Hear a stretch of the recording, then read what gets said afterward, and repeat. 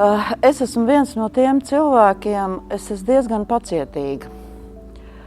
Es strādāju jau, šis būs 18. gads, Ventspils muzejā kā amatmāju vadītāja. Un nekas nemainās.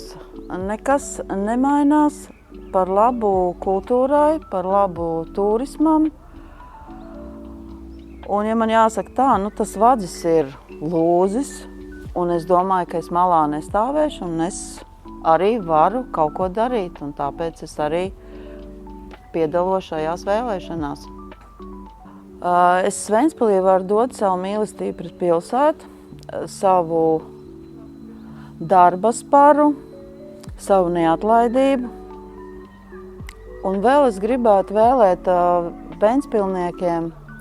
Es saprotu, ka vecās mīkstās čības ir ļoti tuvas un ērti ienēsētas, bet ir taču skaisti, ka var nopirkt jaunas čības un uzvilkt kājās, vai ne?